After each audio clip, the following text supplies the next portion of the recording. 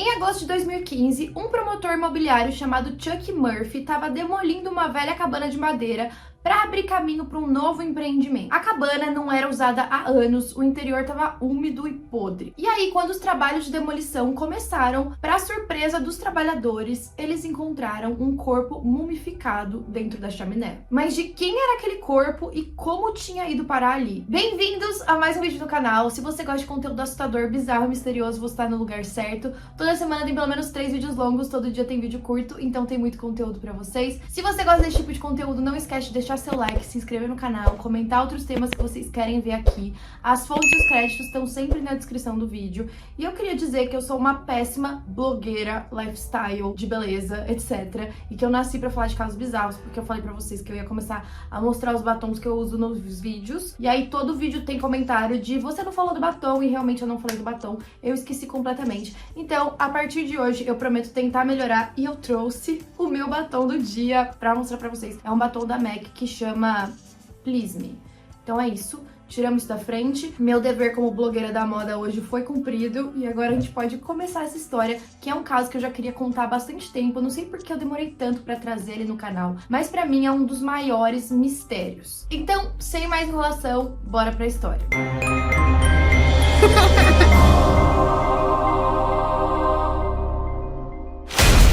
Em agosto de 2015, o Chuck Murphy estava demolindo a cabana que ele tinha comprado originalmente nos anos 50. Ela tinha ficado alguns anos abandonada e depois o irmão do Chuck foi morar lá mais ou menos até 2005. Depois ele acabou se mudando e aí a cabana se transformou em um depósito para o Chuck deixar algumas coisas, mas ele raramente visitava e as únicas coisas que entravam dentro da cabana eram pequenos animais. Só que muitas vezes eles não conseguiam sair de lá de dentro, então se você entrasse, você ia sentir um cheiro muito ruim, ia estar toda suja com vários animaizinhos mortos. E aí, nos trabalhos de demolição da cabana, já que o Chuck queria construir um empreendimento com 32 casinhas no local, quando eles foram remover a chaminé, eles descobriram aquele corpo mumificado. O corpo da pessoa estava em posição fetal, com as pernas para cima da cabeça. Assim que eles fizeram aquela descoberta, eles imediatamente ligaram para a polícia, que chamou um legista para avaliar o que tinha acontecido e principalmente de quem era aquele corpo. Então eles foram capazes de fazer algumas análises, principalmente dentárias, e chegaram em um nome. O cadáver foi identificado como Joshua Maddox, que tinha desaparecido 7 anos antes. Essa cabana ficava a menos de 1 quilômetro da casa da família dele. A família Maddox ficou completamente em choque com essa notícia. O Josh morava em uma pequena cidade chamada Woodland Park, que tinha mais ou menos 7.500 habitantes, e grande parte dessa cidade era formada por uma longa floresta. O Josh tinha 1,80 m de altura, ele tinha os cabelos compridos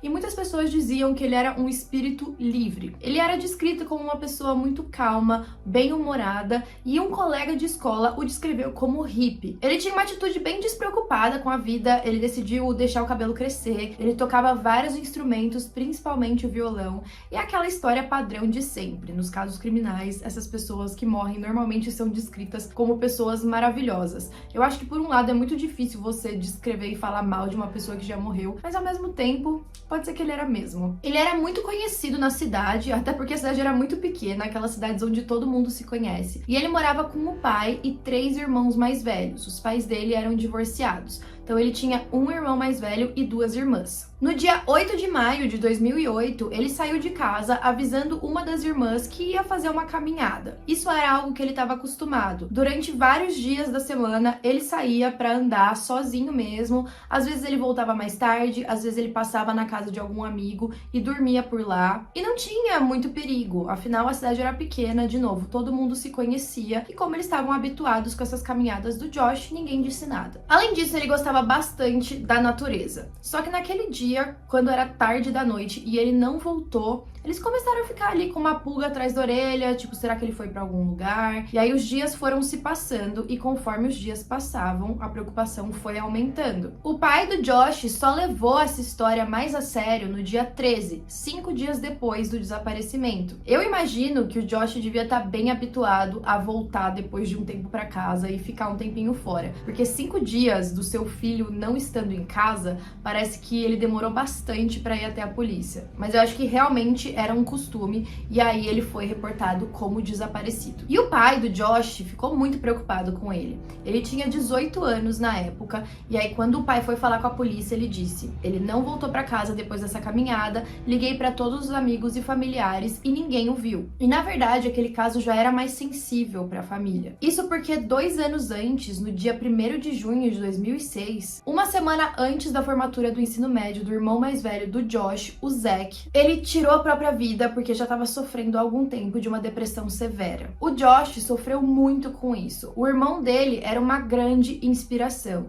Então ele passou por um tempo um pouco triste, um pouco depressivo, é claro. O pai do Josh, o Mike, também disse: eu enterrei o irmão mais velho dele 2 anos antes e foi muito difícil pro Josh. Quando seu irmão morreu, isso levou ao limite. Foi um grande choque pra família e um grande choque pro Josh. Ele pensava muito no irmão mais velho dele. Então imagina como deve ser. A família já tinha passado por uma grande tragédia 2 anos antes e agora o outro filho, que tinha hoje a mesma idade que o Zack tinha quando tirou a própria vida, desapareceu. E aí as autoridades, amigos e familiares vasculharam todo aquele parque próximo onde o Josh tinha o costume de caminhar. Mas pelo que eu li, aquele parque tinha cerca de 1 milhão de hectares. Toda vez que eu vejo um número muito grande, eu fico pensando, meu Deus, será que eu vi certo? Mas só entendam que era um parque gigantesco. Então era praticamente impossível você conseguir procurar em todo o local. As esperanças de encontrá-lo, conforme os dias e semanas foram passando, foram diminuindo, e uma das irmãs mais velhas dele, a Kate, disse que pensava que talvez ele pudesse simplesmente ter saído de casa e tentado fazer uma nova vida em outra cidade. Talvez, agora que ele fez 18 anos, ele só queria sair daquela cidade onde ele sofreu tanto pela perda do irmão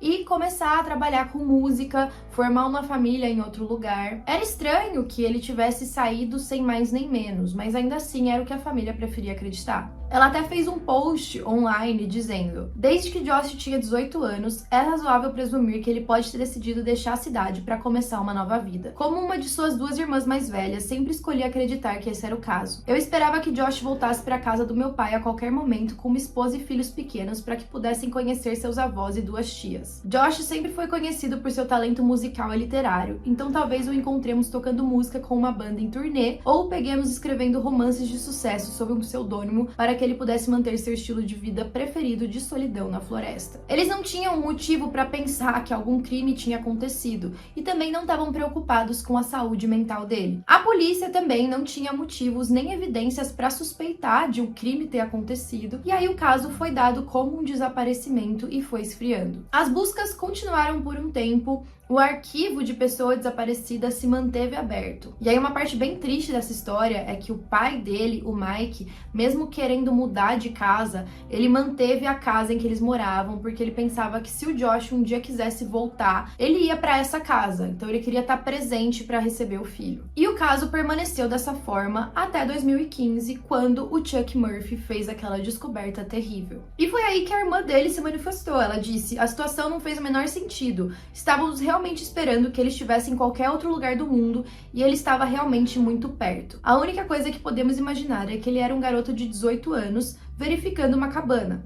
Ela já estava abandonada há muito tempo e aconteceu um acidente horrível. A cabana ficava de fato a 2 quarteirões da casa do Josh, mas as buscas ignoraram aquele local completamente. Não tinha nenhum sinal de vida e nenhuma razão para verificar a chaminé. O Chuck era o único que visitava de vez em quando a cabana, mas ainda assim ele não teve nenhum motivo para desconfiar de algo. Mas é aí que a história fica ainda mais bizarra. Um corpo dentro de uma chaminé já não é algo comum. A situação em que o corpo do Josh foi encontrado era mais estranha ainda. Primeiro, que aparentava que ele tinha entrado na chaminé de cabeça. O corpo dele também não tinha a ponta de um dos dedos da mão, mas isso não se revelou como parte de um crime ou algo assim, porque a família disse que ele sofreu um acidente de bicicleta que causou que a ponta de um dos dedos fosse decepada. Então esse foi um dos motivos que eles conseguiram identificar o corpo do Josh também. Foi feita uma autópsia e não foi encontrado nenhum tipo de droga no sistema do Josh. Mas agora, inclusive comentem aí se alguém souber,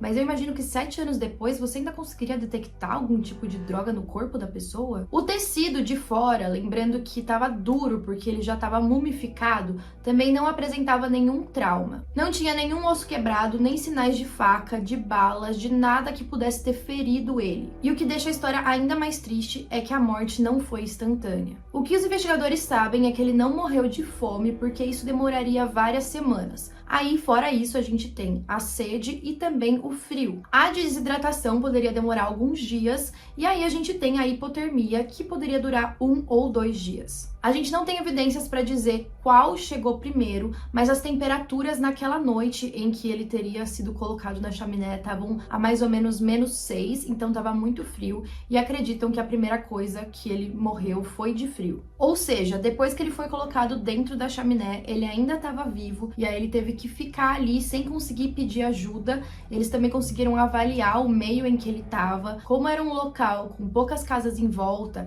vários pinheiros, e ele estava dentro da chaminé. Mesmo que ele gritasse por ajuda, ele provavelmente não ia ser ouvido do lado de fora. E aí que a história fica ainda mais estranha. Além dele estar dentro da chaminé, ele estava sem as roupas de baixo. A única roupa que ele estava usando era uma camiseta térmica fina. E o resto das roupas dele estavam dentro da cabana perfeitamente dobradas. Além disso, uma mesa de café da manhã, que na verdade era um balcãozinho que ficava pregado na cozinha, foi despregado da cozinha e colocado na frente da lareira. No dia 28 de setembro de 2015, o delegado que estava cuidando do caso, chamado Al Borne, disse que aquela morte tinha sido acidental. Ele especulou que o Josh tinha subido até a chaminé, pulado lá dentro e aí ficou preso. Ele também afirmou que a posição dele lá dentro parecia ter sido um ato voluntário para obter acesso. Também concluiu que a causa mais provável da morte foi hipotermia, já que a temperatura na época do desaparecimento, entre 8 e 10 de maio de 2008, tinha caído para -6,7 graus Celsius. Mas aí, muitos moradores, além da família, tiveram muitos problemas com essa decisão. Primeiro, se ele subiu até a chaminé para obter acesso à cabana,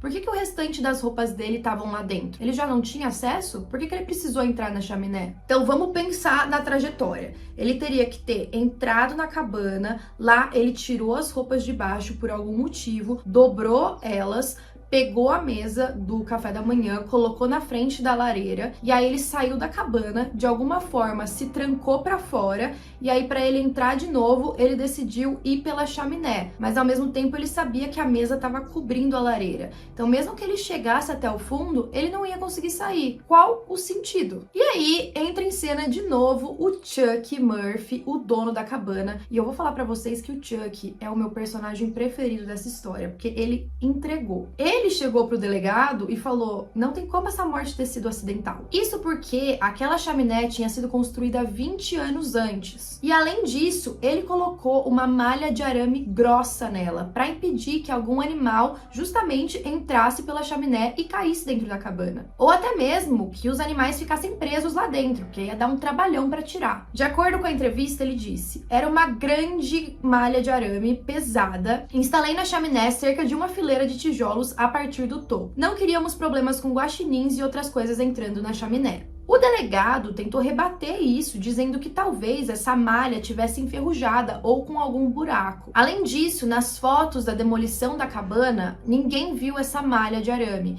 Então, ou ela já tinha sido retirada, ou alguém retirou de lá. E quem convenceu o Al Borne a reabrir a investigação foi o Chuck. Ele reabriu o caso 3 dias depois da conclusão inicial. E ele levou em consideração aquela mesa de café da manhã que foi arrancada da parede e colocada na frente da lareira. Se ela foi arrancada, por quem e por quê? E aí agora uma dúvida sobre a posição do corpo do Josh. Em todos os artigos que eu li, dizem que ele entrou de cabeça. Mas depois eu fui lendo um pouco mais e vendo alguns desenhos sobre a posição, e aparentemente ele estava em posição fetal, então a cabeça não estava 100% para baixo. Tipo, ele não estava de ponta cabeça, mas as pernas dele ficaram para cima. Os braços também estavam acima da cabeça em direção às pernas. Essa posição é bem incomum, porque mesmo que tenha sido um acidente, que ele tenha tentado entrar na cabana pela chaminé, ele entraria primeiro com os pés, ninguém se jogaria de cabeça. E o Walborn já tinha comentado que seriam necessários 2 pessoas para colocá-lo naquela posição. Além disso, se aquilo tinha sido um crime, se uma pessoa jogou ele lá dentro,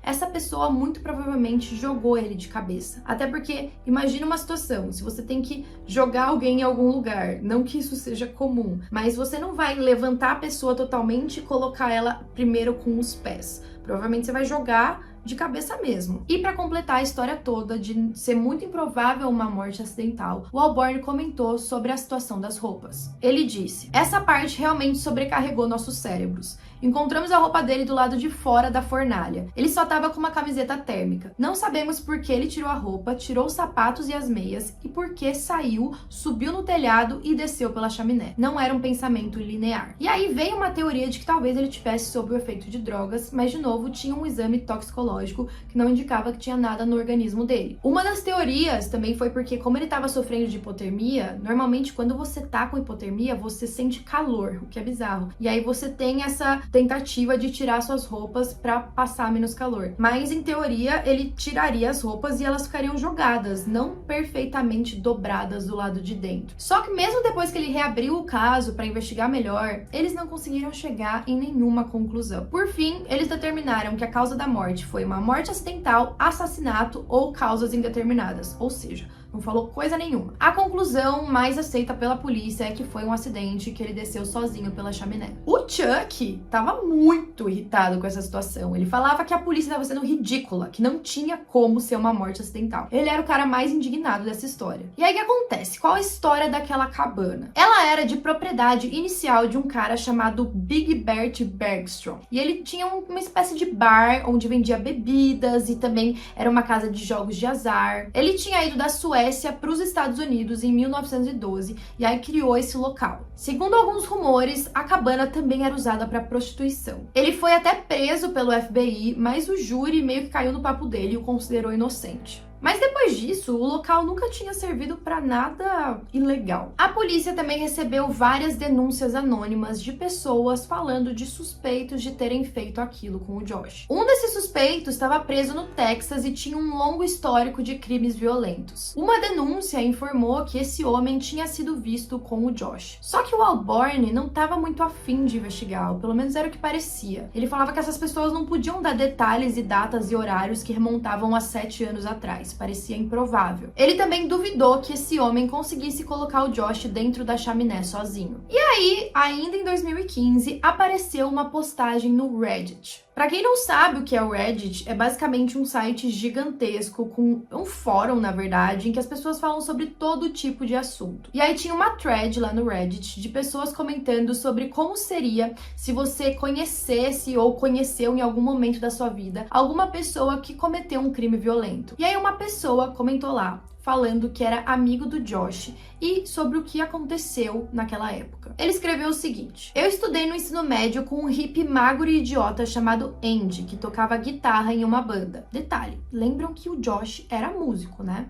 Nunca fui muito amigo dele nem nada, mas mais ou menos um ano depois de me formar, um dos meus bons amigos, o Josh, começou a sair com ele e depois desapareceu. E aparentemente, o Andy e o Josh estavam andando juntos por bastante tempo. O Josh era uma pessoa de muitos amigos e ele não fazia diferença entre ninguém. Era muito fácil fazer amizade com ele. E como eles tinham gostos parecidos, eles até começaram a tocar juntos e o Andy disse que os dois estavam planejando ir para o Novo México para tocar. Durante essa postagem, ele também falou um pouco sobre o histórico de crimes do Andy. Aparentemente, depois que o Josh desapareceu, ele chegou aí pro Novo México, só que sozinho. Quando ele chegou lá, ele encontrou um amigo, e esse amigo dele estava cuidando de uma pessoa que tinha alguma deficiência, não sei exatamente o que. E aí o Andy estava batendo de porta em porta para pedir local para dormir e também comida, e esse amigo estava ajudando ele. Então, os dois foram junto com essa pessoa, esse paciente que o amigo dele estava cuidando, para pra casa dele. E aí o amigo falou: eu vou só tomar um banho, vocês fiquem aí um pouquinho que daqui a pouquinho a gente sai pra comer. Quando o amigo saiu do banho, ele foi até a sala e encontrou esse paciente todo esfaqueado, deitado no chão da sala,